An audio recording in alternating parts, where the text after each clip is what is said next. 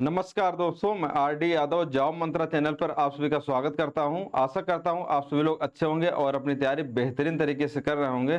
दोस्तों, आज बात करने जा रहा हूं एक बहुत ही महत्वपूर्ण टॉपिक है मैथ को लेकर के। इलाहाबाद हाई कोर्ट के जो एग्जाम है RO ARO PS APS computer assistant, इसमें मैथ का आखिर रोल क्या है, मैथ कितने क्वेश्चन का आता है और क्या मैथ प्रैक्टिस करना चाहिए या छोड़ देना चाहिए, बिल्कुल भी कुछ मैथ छूना ही नहीं चाहिए।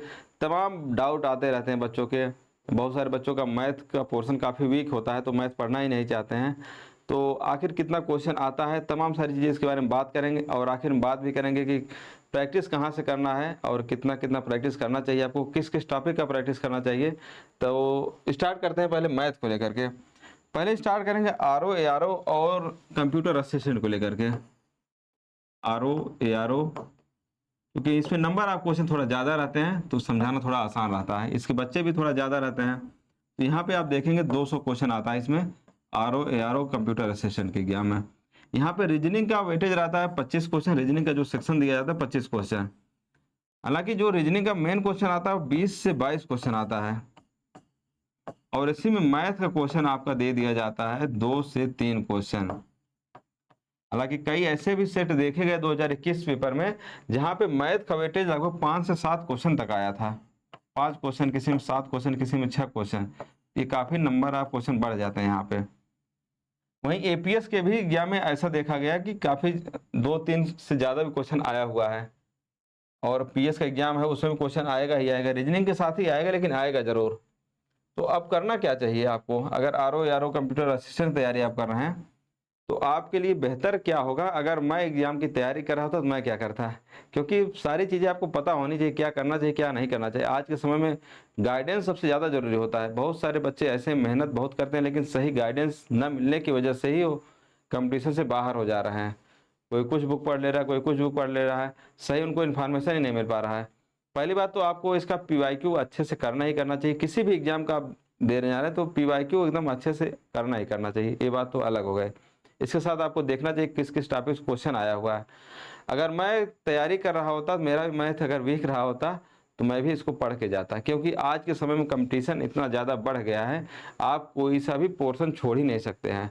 पढ़ना आपको सब कुछ पड़ेगा, हर सब्जेक्ट पढ़ना पड़ेगा।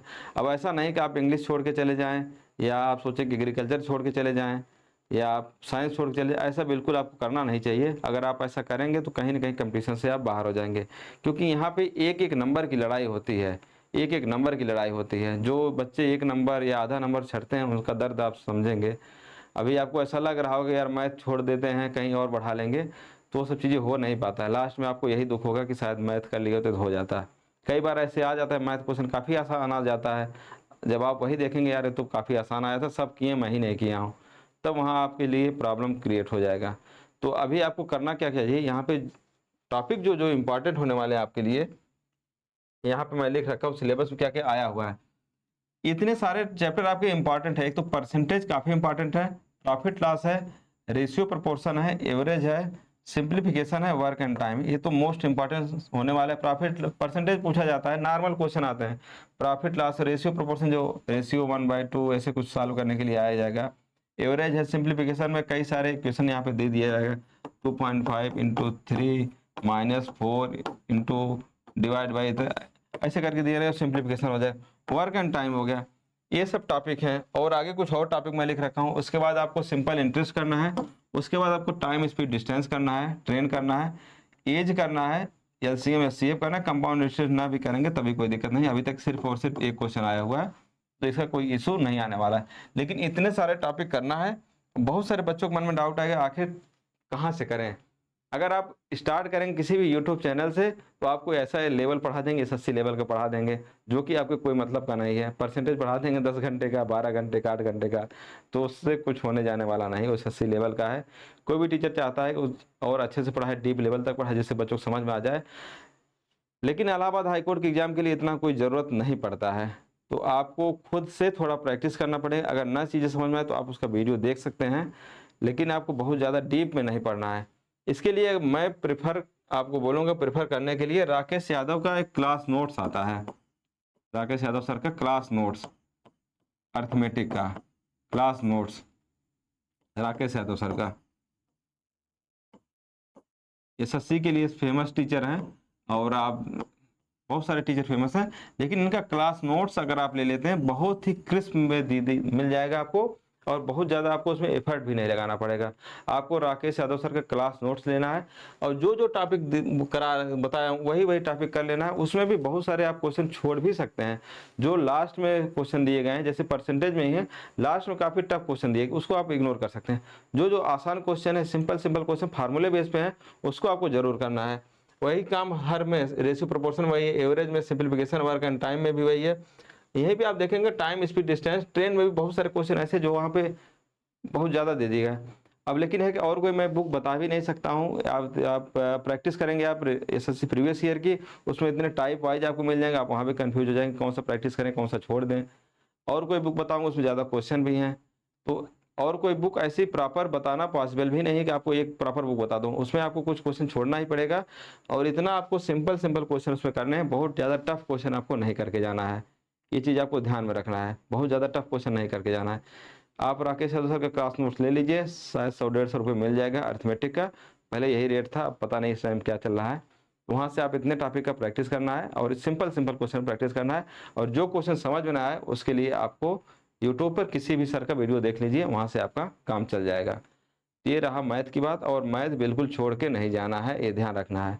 सिंपल सिंपल क्वेश्चन कीजिए, एज में बहुत सिंपल क्वेश्चन आ जाता है, एलसीएम एचसीएफ बहुत सिंपल क्वेश्चन आता है, सिंपल इंटरेस्ट बहुत सादे सिंपल सिंपल क्वेश्चन आए हुए हैं। अब क्या ही बताएं आप लोगों को, अगर आप नहीं पढ़ के जाएंगे और वही क्वेश्चन गलत होगा आपका और वहाँ से आप कंपटीशन से बाहर हो जाएंगे।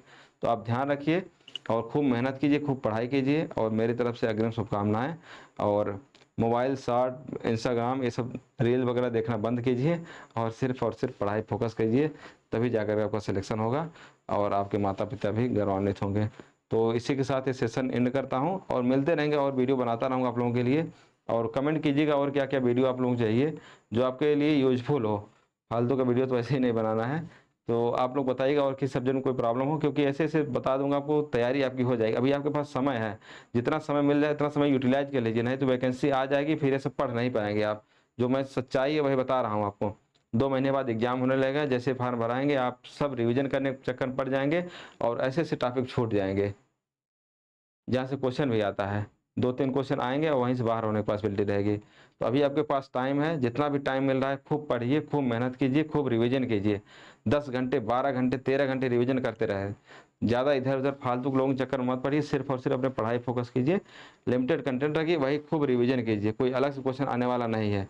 बहुत सारे अभी एग्जाम हो रहे हैं, आप देखिए कितना सिंपल क्वेश्चन आते हैं और वही सिंपल क्वेश्चन ही आपसे गलत होते हैं, सिली मिस्टेक में बाहर हो जाते हैं, वो सिर्फ और सिर्फ रिवीजन का मिस होता है। तो अभी टाइम है, लग जाइए और खूब मेहनत कीजिए। Thank you, best of luck, best wishes, नमस्कार।